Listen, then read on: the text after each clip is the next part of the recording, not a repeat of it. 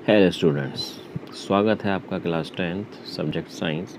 और आज आपकी आ रही है असेसमेंट वर्कशीट नंबर 1, जो आपकी डेट है 22 जुलाई 2021 और ये है सब्जेक्ट साइंस के लिए असेसमेंट वर्कशीट। बहुत इंपॉर्टेंट है, आपको करनी है और फिर ये अपने टीचर्स को, क्लास टीचर्स को ये वापस कर देनी है ताकि आपके जो मार्क्स हैं वो लग सके। असेसमेंट है आपका मेनली।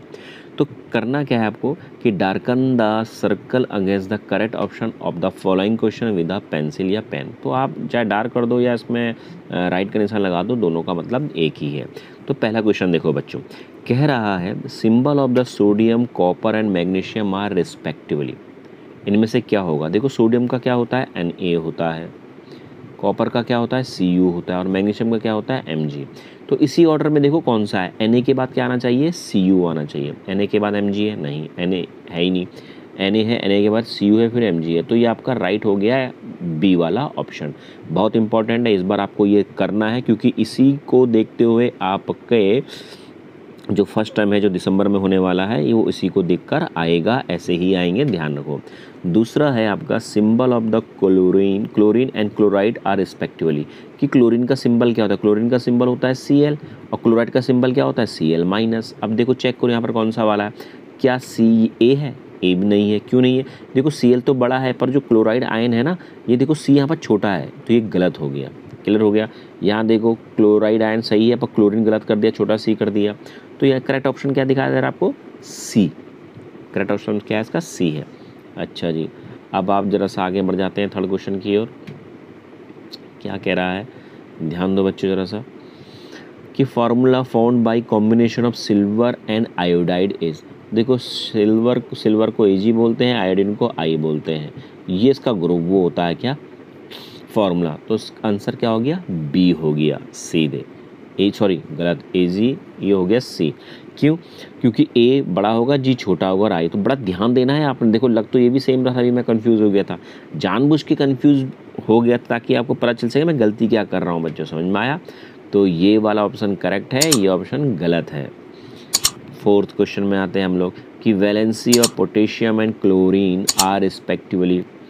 पोटेशियम की क्या वैलेंसी होती है, क्लोरीन की क्या वैलेंसी होती है? पोटेशियम आपका होता है +1 और क्लोरीन होता है -1। अब ये चेक करो कहाँ पर है भैया, ए में है ऐसा नहीं है, बी में है ऐसा नहीं है, सी में है ऐसा, पहले प्लस फिर -1, डी में देखो पहले -1 है फिर +1 है। तो इसलिए कौन सा आंसर आपका सही है, सी वाला ऑप्शन आपका करेक्ट है। बाकी ये क्या है आपके गलत है भैया। पाँचवें क्वेश्चन में जाते हैं, the correct formula of calcium phosphate.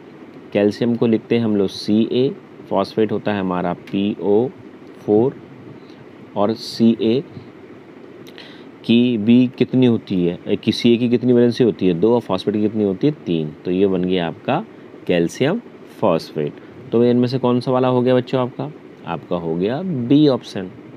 Clear हो गया? अच्छा जी, आगे चलते हैं हम लोग छठे क्वेश्चन की ओर। बहुत ही सिंपल सा है, ध्यान रखना है आपने बस।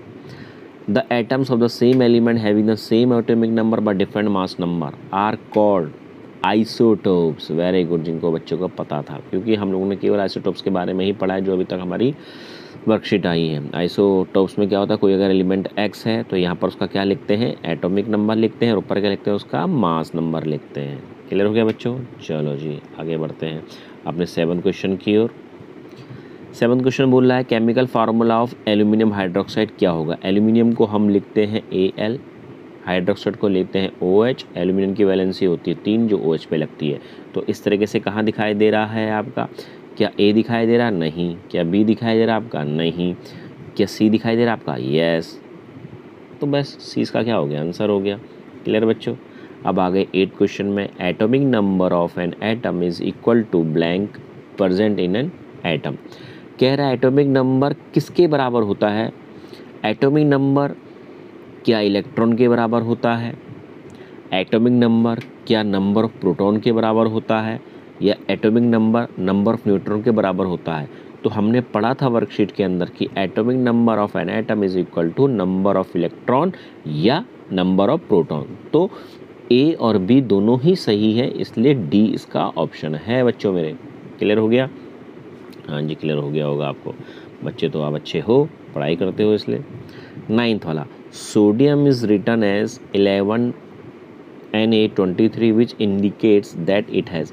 सिंपल से देखो बच्चों, भैया मैंने बोला था किसी भी एलिमेंट के लिए यहाँ पर एटॉमिक नंबर आता है और ये मास नंबर आता है, तो यहाँ पर जेड हो गया इसका मास नंबर मतलब 11, और सोडियम हो गया, सॉरी जेड हो गया एटॉमिक नंबर 11 और मास नंबर ए कितना है 23। तो इसमें कौन सा करेक्ट नंबर है, देखो एटॉमिक नंबर क्या हो गया आपका 11, एटॉमिक नंबर 11 और मास नंबर क्या है आपका 23, इनमें से कौन सा है, सी वाला ऑप्शन।